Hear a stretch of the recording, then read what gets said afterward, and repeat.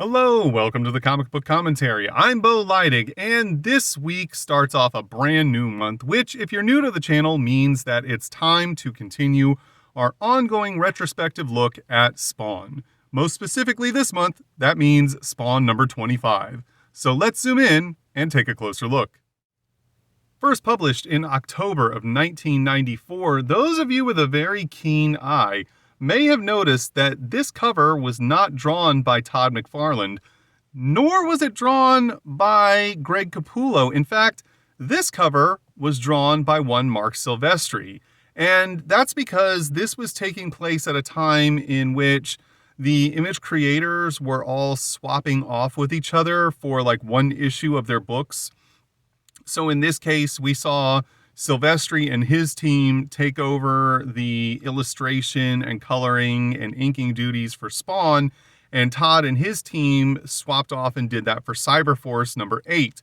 And I'll tell you, as much as it might be weird to say, I think Mark and his team did an absolute bang-up job. Like, almost in some, well, not almost, but in some ways, in my opinion, it's better than Todd and his team. Not necessarily in terms of the penciling quality. I really believe that Mark and Todd are, pretty close in terms of their artistic abilities. But man, the colors in this book are mind-blowing, as you're going to see once we get inside. Writer, Todd McFarlane. Pencils, Mark Silvestri. Inks, Bat, Billy Tan. Copy editor and letters, Tom Orzechowski. Color, Brian Haberlin. And once again, shout out to Brian Haberlin. He knocked it out of the park with this one. We can see here on the first page, the news reporters are back again, still seeing the logos of CNN and the E Network being used. This was before Todd was no longer allowed to do that. And surprisingly, down here with our old pal Thurston Burns, we see Viacom being named, which his is different every time, but I was surprised to see that make its, debut in the Spawn pages, where it's another actual company logo, or I shouldn't say logo, but actual, real life company being recognized in the broadcast arena. Most of them are all talking about the now known existence of Spawn. As we saw in the previous issue, he made his existence known to the police and journalists and the feds and the mafia. Like, the whole world now knows that Spawn exists and that, he is lurking within the alleyways of New York. On CNN, they take it from a more news standpoint, talking about the carnage and the deaths of 2 federal agents, which were caused by the mafia, but that's not known per se at this point. The E Network, of course, being a little bit more tongue-in-cheek about it, saying that, this is kind of a weird occurrence, and, who is this new masked character? We don't know who they are. And then our old pal Thurston Burns here is like, man, I sure do love this Spawn guy. He's killing mafiosos. He's killing the feds. Keep up the good work, buddy. I want to see you just keep killing everybody. And, I get it that that's the firebrand that Thurston Burns is supposed to be, but it is kind of hilarious that there's a network that's just letting him spew that out on live television. Meanwhile, back in the alleyways of the Bowery, we see all of the homeless men who are now under Spawn's protection and basically defer to him as their de facto leader, gathered around a fire barrel, trying to keep warm, having a few drinks, just enjoying each other's company, as we see one of them named Paul state that, he's got to go and drain the lizard, as it were. As he walks off by himself around a corner, he is grabbed by an unfamiliar homeless man that is not part of the group, who quickly pulls a knife on him and starts shouting at him that he and his boss don't take kindly to Spawn laying claim to the alleyways, and that this is in fact a turf war that's going to go down. If Spawn doesn't move back 15 blocks, that things are going to get bloody, and that there's going to be a real, battle taking place for the alleyways, as we see Paul get punched and drop his wine bottle as it splats on the floor, breaking, shattering the glass. And this, of course, is not something that Spawn was expecting to happen, and definitely not something that Paul was expecting to happen, as, he's just been attacked for essentially just being in the wrong place at the wrong time, you kind of feel bad for the guy. Meanwhile, in another part of New York City in the CIA headquarters, we see Terry Fitzgerald has returned to work after his ordeal. However, perhaps too soon, as he's still kind of banged up. His hands are really hurt, his ribs are still bruised. He's even dropped his mug of coffee on the floor as it shatters and makes a huge mess. And he's also dealing with the psychological trauma of not understanding how all of this was fixed for him. As he's returned to work, this was a place where just a few weeks ago, he was getting shaken down by other CIA operatives and different federal agents who believed he was a traitor. And now all of a sudden, everyone acts like that never happened at all. And there's a lot of people who won't even look him in the eye. And he knows that someone is putting the screws to some people who are high up. And he doesn't know who it is or how they've got the ability to do that, but he aims to find out. As he leans down to clean up the mess, he's interrupted by none other than his wife, Wanda, who shows up and is in a very business casual type of outfit, but also in a surprising manner. He's not expecting her at all.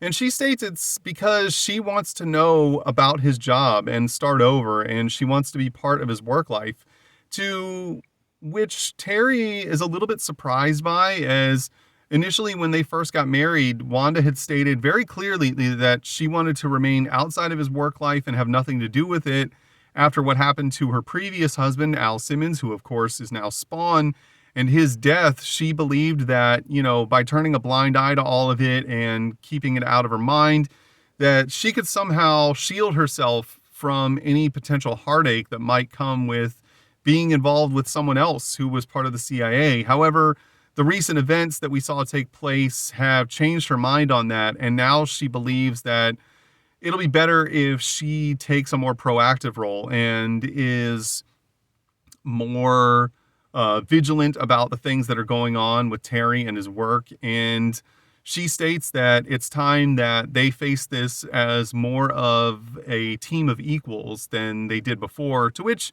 Terry agrees and states that he loves her, and she says that she knows that he does. Also, man, the color work on both of these pages is just fantastic. I love the way that we get the fade up from the orange into the purple on their silhouettes here, and also how, at the base, there's like no detail at all in their figure, but then when we get to their shirts, we get detail again, and then lose it again at their heads. Also, down here, I don't know how well this is getting picked up on the camera. However, in this panel right here, Wanda's legs and the door frame are slightly out of focus because of the perspective being zoomed in more on Terry's hand, which was a really cool shot for them to do. That was unnecessary, but they did it anyway, and I appreciate it. And even here, this is a shot that we've seen Todd do a lot throughout the course of Spawn at this point, where we have the window in a room and the room itself is blacked out and all of the light source is just coming from the window. But I feel like, Mark and his team do it to a greater effect here, where, it's not just one color coming in. We see that all of the lighting that's in the direct path from the window is a very yellowy orange that's brighter, whereas we see it fade into a darker orange as it gets further away. We even see this on Terry himself, as his back is more brightly lit than the front of his body, which is turned away from the window. It's those little attention points to detail I absolutely love, and I applaud Mark and his team for taking the time to do it. In another part of the city, we see the man that we saw earlier shaking down Paul in the alleyways of the Bowery. We find out that his name is David Brewy and that he is a Vietnam vet who came back from the war a little bit worse for wear and eventually found himself living on the streets and kind of looking for a purpose in life, and now finding it in the employ of someone new. And kind of surprising that David's still like just this chiseled rock of a man, despite the fact that, it's 20 years after the war. So at this point, he's, late 30s, early 40s, you would assume, and still in just amazing shape, despite the fact that he's living on the streets. He enters the building of his new boss, who we see right here. Now, those of you who watched my video on image number 0 will remember that originally this character's name was Blood, but eventually turned to Tremor. Now, if you'd like to check that out, you can obviously go watch my video about image number 0. David approaches his boss, tells him his full report, lets him know that, he delivered the message, told the homeless guy that he beat up, that, there was going to be trouble if they didn't move 15 blocks back, and that his boss wanted to speak with Spawn personally, and that they needed to meet unless they wanted a real problem to happen. Tremor, of course, tells him that he's done a great job and states that there's only a few more pieces of the puzzle that need to fall into place before he can have his vengeance on one Tony Twist, who he refers to as a fat pig, and then states that nothing's going to stop him from doing that, as he states, I'm going to have my revenge. He starts busting up the building. This, of course, scares David, who runs off and pleads for his boss to stop. But that doesn't slow Tremor down at all. He just says, "Do you hear me?" as he continues to smash all the supports of the building, as the building starts to collapse around him, as it wasn't in the greatest shape to begin with. We see that David is able to escape the building just as it collapses down on top of Tremor. He turns around and looks at the rubble, surprised that his boss is now buried underneath it, but then gasps as he's even more surprised to see his boss dig his way out of the rubble completely unscathed. And then Tremor states that not Overkill, not Spawn, and not God are going to save Tony Twist from his vengeance, and that when all of the homeless guys have been cleared out of the Bowery, he wants to make sure that his guys get Spawn to Tremor so that they can have a meeting of the minds, as he states that Spawn has something that he needs. Meanwhile, back in the Bowery, we see Spawn sitting alone, pondering to himself as he's really starting to beat himself up a bit, blaming himself for the danger that he put Wanda and Cyan in. Honestly, just believing that all of his missteps are at fault for causing the problems for Terry, which inevitably led to, causing so many problems for Wanda and just their whole family. And he believes that he's going to have to start handling things a lot differently now and be a lot more careful to make sure that he protects the woman that he loves and her child as well. And even Terry, for the fact that, Spawn is very jealous that Terry ended up marrying the woman that he was once married to. He still cares about Terry greatly and considers Terry to be the best friend that he used to have. And he's stuck in this real rock and a hard place of, what does he do? Does he reintroduce himself as Al Simmons and let his former wife know that he's returned? Or does he stay away and allow her to be happy with the changes that have happened in her life over the past 5 years while, Al was gone from the world of the living and she moved on? And, this is where we get into the tragedy of the story of Spawn, where, the whole reason he returned was to get his wife back, and he returned only to find that she had moved on with her life and is now in the arms of not just another man, but his best friend.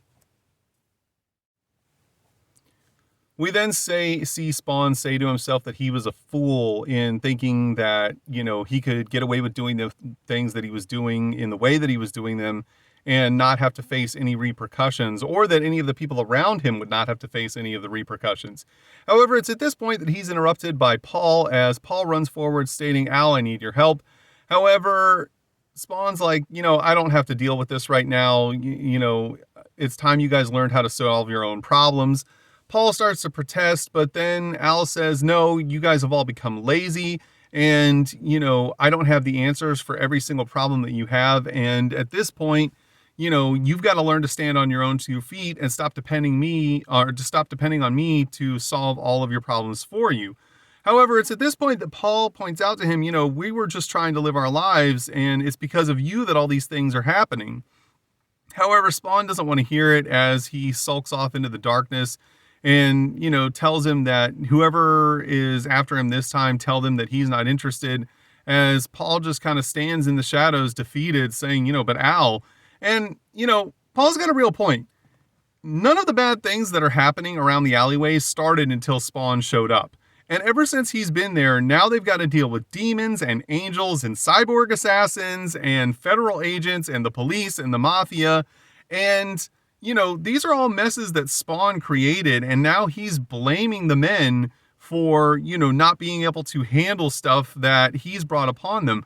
And he's also very clearly overlooking the fact that, these guys have come to his aid at points. They've created diversions when they could, misleading Sam and Twitch on wild goose chases to protect Spawn. And also, when Sam and Twitch finally did catch up to Spawn, they were the ones that created the diversion so that he and Terry could get away as they started pelting Sam and Twitch with garbage. So Spawn's really kind of out of line at this point as, he starts to scold these men for not being able to handle all of the problems that he's been causing. In a diner in another part of the city, we then catch up with none other than Sam and Twitch. Sam is in a fantastic mood as he hums to himself and eats a giant hoagie. And Twitch is a little bit surprised at this and asks, hey, why are you in such a good mood? Is it because, our case blew up in our faces, or because our fellow officers tried to steal our case? Or maybe it's because we don't have any solid leads in our search for Spawn. And then Sam replies, no, he's in a great mood because of the file that he has on Chief Banks, who will cripple him. This file, of course, is the one that was given to him by Spawn as a means of getting the police off of Spawn's back. But Sam's just happy that he's got all the dirt in the world on Chief Banks after Banks tried to get him and Twitch kicked off the force after Billy Kincaid's body was found in their office. This, of course, was another one of Spawn's blunders. He killed a child murderer, but in doing so, he accidentally almost destroyed the careers of two of NYPD's finest. And, this just was another example of him not taking into account that his actions have consequences that affect more than just him. We then see Spawn in another part of the city, sitting up on the high perch of a gargoyle on the side of a church, looking down at the different homeless camps scattered throughout the alleyways. And it's at this point that Spawn starts to feel kind of bad for what he said to Paul and realizes that, Paul was right. It is his responsibility to take care of these men, as all of the things that have been going on are essentially his fault. And he also realizes that in caring for these people, it's a way for him to still be able to hold on to his humanity in whatever brief moments that may arise, and that he has to seize those moments when they do come up. So at this point, he devises a little bit of a plan as to how to deal with the threats made to him by Tremor's gang. Spawn decides to track down the lair of Tremor as he is now relocated in another building, still abandoned, but looking out a window at the moon. He then sees the silhouette of Spawn appear as Spawn states, "You wanted to talk?" Tremor says not exactly as he bashes his hands through the window and grabs who he thinks is Spawn, but that turns out to be nothing more than a plywood cutout that looks like Spawn. This, of course, enrages Tremor as he crushes the plywood and shouts out to Spawn, "Show yourself, coward."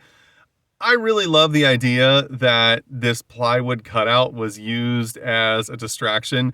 Obviously, Spawn could have just transmuted this, but I think it's way funnier to think of Spawn doing arts and crafts in the alleyways by himself. That's just kind of a hilarious image to me. Before Tremor has a chance to gather his thoughts, Spawn appears behind him and states, you don't have to beat up on old men anymore. We then see Tremor turn around enraged and says, I don't care about any of those guys or you. I want to know why Tony is after you so badly. Spawn's like, what does that have to do with anything? And Tremor says that man only gets involved with people if they have access to information that they shouldn't. However, at this point, Spawn decides he's done talking and he says, hey, you want to fight? How about this? And he grabs a board and uses it to smack Tremor across the face. He then immediately grabs Tremor around the neck with all of his chains and begins to strangle him as he jumps through the air and flips over his head. Tremor, of course, trying to get the chains off of his neck as he can't breathe. I really like this little exchange, and this is a great image of Tremor right here. This looks so cool, and really so does Spawn. The way the cape billows out, and he's just got the chains going all over the place. And it also kind of shows that, Spawn's learning to be more proactive than reactive in his fights, as he doesn't hesitate to take the battle directly to Tremor instead of waiting for him to make the first move. Spawn then lands on Tremor's back, tightening the chains, strangling him even more, and telling him that he wants him to stay away from the alleyways and stay away from his people, and that if he doesn't, the next time he's taking Tremor's head along with him. This, of course, just makes Tremor even angrier as he refuses to back down. He jumps through the air and screams, "How dare you," ready to rip Spawn in half. However, Spawn knew that Tremor would not back down and instead used this opportunity to hide a weak point in the floor with his cape, and just as Tremor's about to hit him, he jumps out of the way, which sends Tremor crashing through the weakened floorboards as we see a giant hole open up underneath him. However, this doesn't take him out of the fight, as we then see his fist punch up through the floorboards. However, it's at this point that we find out that Tremor's actually a cyborg as well, as we see that his fist is all sorts of metal and cybernetic on the wrist and forearm, and we then see it retract back into his body as it apparently has telescopic abilities. He then states that he's not going to give up, that he's going to do what it takes to nail Tony Twist. And it's at this point Spawn asks him, is that what this is really about? Just some personal vendetta? He's like, if you want to go after Twist, be my guest. I could care less. But what's with all this turf war crap? It's at this point that Tremor starts to give his backstory to Spawn, explaining that he once worked for Tony Twist and that Tony forced him to undergo a biological and cybernetic enhancement, which makes sense as, despite the fact that Tony had use of Overt Kill didn't answer directly to Tony Twist. He answered to the higher level Sicilian bosses that Tony served underneath of. And it makes sense that Tony would want to create his own super soldiers to work directly underneath him. And he basically forced Tremor to volunteer for this by threatening to kill his whole family.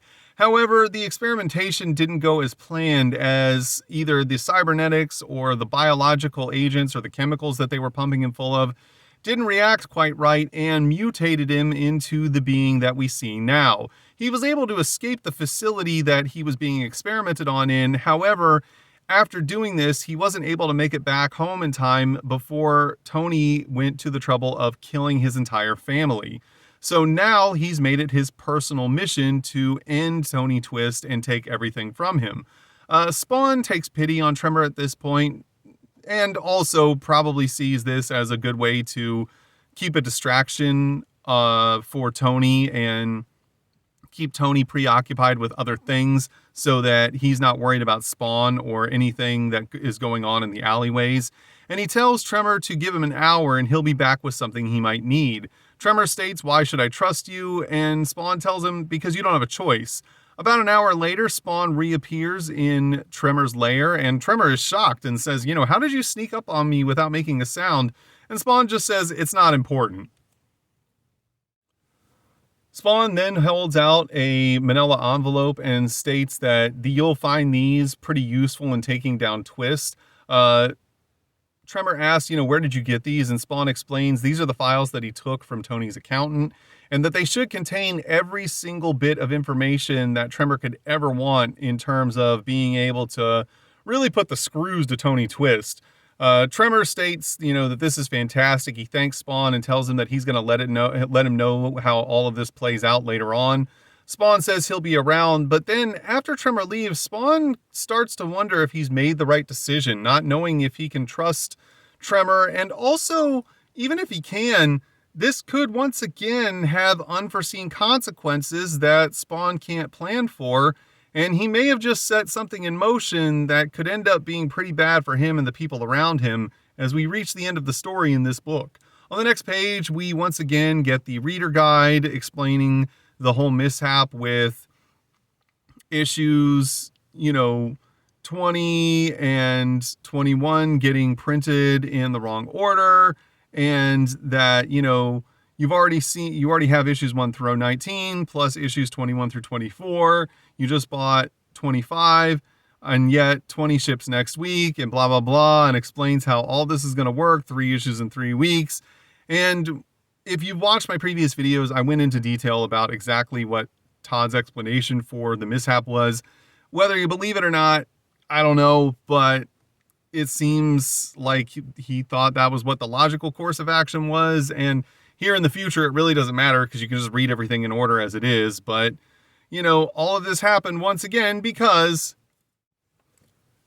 Todd can't count. As we once again see the goofy little caricature of Todd going through the numbers wrong. And I'm sorry, it was actually 19 and 20 that were printed out of order, not 20 and 21.